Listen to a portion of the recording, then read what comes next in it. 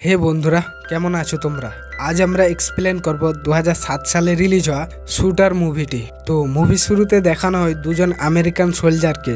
একজনের নাম ববলি সয়গার, অন্যজনের নাম ডনি। তারা দুজনে আফ্রিকার মধ্যে একটি মিশনে এসেছিল। মিশনটি হলো কিছু ডিলারদের সেইখানকার অধিবাসীদের থেকে সুরক্ষা দিতে হবে। সেইখানকার অধিবাসীরা চলে আসে এই ডিলারগুলোকে মারার জন্য। সয়গার এবং ডনি পাহাড়ের উপর থেকে তাদেরকে মারতে থাকে। অপর দলের লোকেরা এদের দুজনকে দেখতে না পেয়ে পাহাড়ের নিচ থেকে পাহাড়ের উপরে আন্ধাধুন ফায়ার করতে থাকে। এদের দুজনকে ড্রোন দিয়ে গাইড করা হচ্ছিল যে কোন দিক থেকে অপর দলের লোকেরা আসতেছে, এবং এদের দুজনকে ড্রোন দিয়ে রাস্তা দেখিয়ে এখান থেকে বের করাবার কথা ছিল, কিন্তু তারা তা করেনি। তারা এদের সঙ্গে সম্পর্ক ছিন্ন করে দেয়। এদের দুজনকে এইখানে মরার জন্য ছেড়ে দেয়। ডনিকে গুলি লাগে। গুলি লাগার কারণে ডনি সেইখানেই মারা যায়।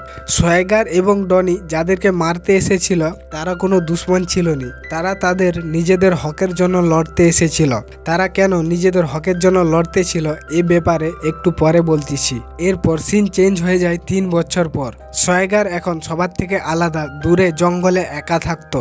তাদের সঙ্গে আফ্রিকার মধ্যে দুর্ব্যবহার করার কারণে সে আর্মি ছেড়ে দেয়। তার কাছে একজন কার্নাল আসে। কার্নাল তাকে বলে, তোমাকে দেশের জন্য একটা কাজ করতে হবে। সে কার্নালের মুখের উপরে না বলে দেয় সে দেশের জন্য কোনো কাজ করবে না, কারণ দেশেরই আর্মি তাকে মরার জন্য আফ্রিকাতে ছেড়ে দিয়েছিল।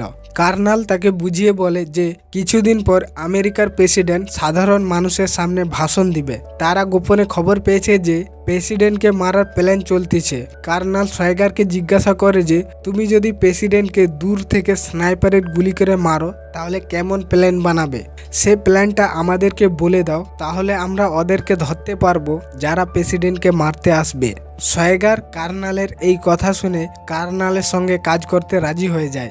এরপর সে ওইসব জায়গাগুলোকে ভালোভাবে দেখতে থাকে যেইখানে প্রেসিডেন্ট ভাষণ দিবে। সে সব কিছু বলতে থাকে কার্নালকে কেমনভাবে একজন স্নাইপার প্ল্যান বানায়। ওই দিনটা চলে আসে যেই দিন প্রেসিডেন্ট সাধারণ মানুষের সামনে ভাষণ দিবে। সয়গারকে একজন জিজ্ঞাসা করে, তুমি যদি প্রেসিডেন্টকে খুন করো তাহলে সবথেকে প্রথম কাজটা কি করবে?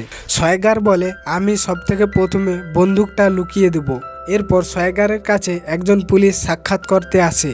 ঠিক সেই মুহূর্তে প্রেসিডেন্টের উপরে কে যেন গুলি করে, আর সেই পুলিশটি সয়গারের পিছন থেকে সয়গারের উপরে গুলি করে। সয়গার কোনো রকম ভাবে সেখান থেকে নিজের জাহান বাঁচিয়ে পালায়। এবার বলি শোনো, এই কার্নাল, এই পুলিশওয়ালা, এরাই তারাই যারা প্রেসিডেন্টকে খুন করতে চেয়েছিল।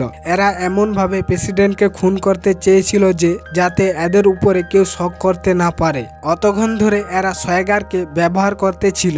সয়গারের বুদ্ধিকে কাজে লাগিয়ে এরা প্রেসিডেন্টকে মারে, আর সয়গারকেই ফাঁসিয়ে দেয় প্রেসিডেন্টের খুনের দায়ে। যে পুলিশওয়ালাটি সয়গারের উপরে গুলি করেছিল সেইখানেই তারা সয়গারকে ফাঁসানোর চেষ্টা করেছিল, কিন্তু সয়গার সেখান থেকে পালিয়ে যায়। তার সঙ্গে এরকম হবে বলে সে এটা জানতো না।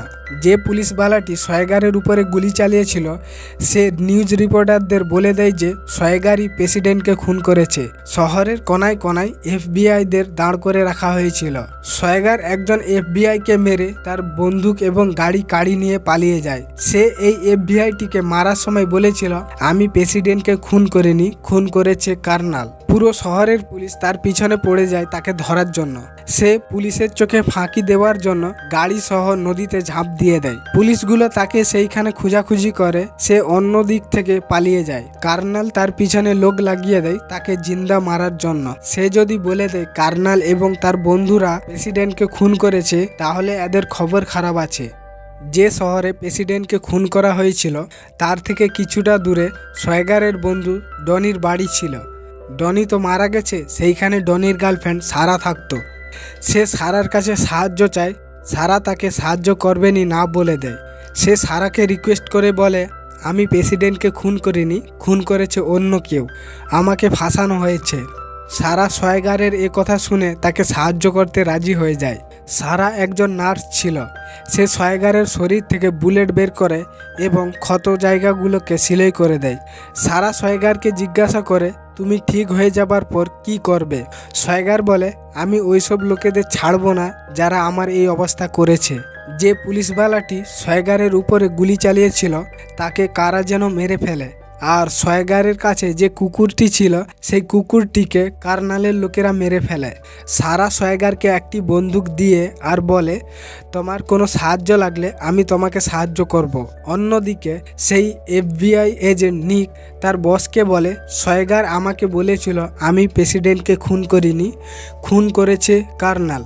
তার এ কথা শুনে কেউ তার উপরে বিশ্বাস করেনি, সবাই ভাবছিল খুন করেছে সয়গার। নিক সয়গারের মুখ থেকে এ কথা শোনার পর সে একাই ইনভেস্টিগেশন করে প্রেসিডেন্টের খুনের ব্যাপারে। ইনভেস্টিগেশন করার সময় সারা এবং সয়গার তার সাহায্য করে। নিক বুঝতে পারে যে যারা প্রেসিডেন্টের উপরে গুলি করেছিল তারা রিমোট কন্ট্রোল স্নাইপার ব্যবহার করেছিল। নিক যে সয়গারের সাহায্য করতেছে, সে যে ইনভেস্টিগেশন করতেছে, এ ব্যাপারে কার্নাল বুঝে যায় নিক সয়গারের সঙ্গে আছে। কার্নাল নিককে মারার জন্য লোক লাগিয়ে দেয়। নিককে তারা রাস্তার মধ্যে থেকে উঠিয়ে নিয়ে যায় মারার জন্য। যারা নিককে মারার জন্য নিয়ে গিয়েছিল, সয়গার তাদেরকে দূর থেকে স্নাইপারের গুলি করে মেরে ফেলে এবং নিককে তাদের থেকে বাঁচিয়ে নেয়। সয়গার নিককে নিজের সঙ্গে রেখে দেয়। সে যদি একা থাকে তাহলে কার্নালের লোকেরা তাকে মেরে ফেলবে। এরপর সয়গার কার্নালের টিমের একজনের কাছে যায় ওইসব জানার জন্য কেন তারা প্রেসিডেন্টকে খুন করেছে। ওই লোকটি সয়গারকে কার্নাল এবং একজন বিজনেসম্যান স্যানিটারের ব্যাপারে বলে। আফ্রিকার মধ্যে সে যাদেরকে মারতে ছিল এবং যাদেরকে বাঁচাতে ছিল সেইখানকার ব্যাপারে বলে। সেখানকার অধিবাসীরা কেন ডিলারদেরকে মারতে এসেছিল তার ব্যাপারে বলে। এই লোকটি সয়গারকে কার্নাল এবং স্যানিটারের আসল রূপ বলে, কিভাবে তারা দুজনে মিলে আফ্রিকার একটা পুরো গ্রামের মানুষকে মেরে ফেলে শুধু একটাই কারণে। কারণটি হলো যে সেই গ্রামের উপর থেকে তেলের পাইপ বিছানো হবে, কিন্তু সেই গ্রামের লোকেরা তেলের পাইপ বিছাতে দিবেনি না বলে দেয়। শুধু না বলার কারণে পুরো গ্রামের মানুষকে এই কার্নাল মেরে দেয়। সয়গার এবং ডনি আফ্রিকার মধ্যে যাদেরকে মারতে ছিল তারা কোনো দুশ্মন ছিল না, তারা নিজেদের হকের জন্য লড়তে ছিল, কারণ তাদের পুরো গ্রামের মানুষকে মারা হয়েছে। এই লোকটা কার্নাল এবং স্যানিটারের ব্যাপারে যা কিছু বলেছিল সয়গার ফোনের মধ্যে রেকর্ডিং করে নেয়। অন্যদিকে সয়গারের বন্ধু সারাকে তারা কিডন্যাপ করে নেয়। তারা বুঝতে পারে সারাও সয়গারের সঙ্গে মিলে আছে। সয়গার সারাকে ছাড়ানোর জন্য কার্নালকে ফোন করে আর ওই রেকর্ডিংটা শোনায় যা সে আফ্রিকাতে করেছিল। কার্নাল তাকে বলে, আমি তোমার বন্ধু সারাকে ছেড়ে দেবো, তার বদলে তোমাকে ওই ফোনটা আমাকে দিয়ে দিতে হবে। তারা সিদ্ধান্ত নেয় ফাঁকে পাহাড়ের চূড়ায় দেখা করার। কার্নাল আগে থেকে প্ল্যান বানিয়ে রেখেছে সে সয়গারকে মারবে। এই পাহাড়ের মধ্যে কিছু স্নাইপারকে সে লুকিয়ে রাখে। সয়গার যখনই দূর থেকে তাদের দিকে আসতে থাকে, কার্নালের লোক সয়গারের উপরে গুলি করে। তারা যাকে গুলি করেছিল সে সয়গার ছিল না, সে ছিল নিক। সয়গার ও এই পাহাড়ের মধ্যে লুকিয়ে ছিল স্নাইপার নিয়ে।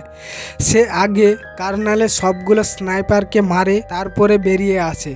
সেইখানে FBI চলে আসে। FBIরা সয়গারকে ধরে নিয়ে যায়। সয়গার তাদের কাছে শেষবারের মতো একটা রিকোয়েস্ট রাখে। শেষবারের জন্য এ দেশের রাষ্ট্রপতির সঙ্গে দেখা করতে চায়। তার কথা অনুযায়ী তাকে রাষ্ট্রপতির কাছে নিয়ে যাওয়া হয়। রাষ্ট্রপতির কাছে সে নিজেকে নির্দোষ প্রমাণ করে। সে বলে, আমি প্রেসিডেন্টকে খুন করিনি, আমাকে ফাঁসানো হয়েছে। আর সেইখানে কার্নাল আফ্রিকাতে যা কিছু করেছিল তার সব কিছু প্রমাণ রাষ্ট্রপতিকে দেখানো হয়।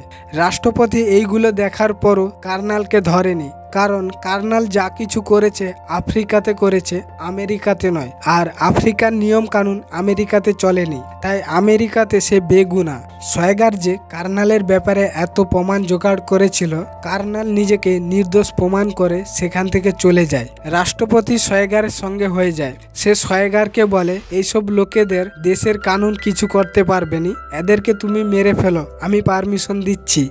সয়গার স্যানিটারের বাড়ির মধ্যে গিয়ে কার্নাল এবং স্যানিটারকে গুলি করে মারে আর পুরো বাড়িটাকে ব্লাস্ট করে দেয়। মুভিটা এখানেই শেষ হলো বন্ধুরা।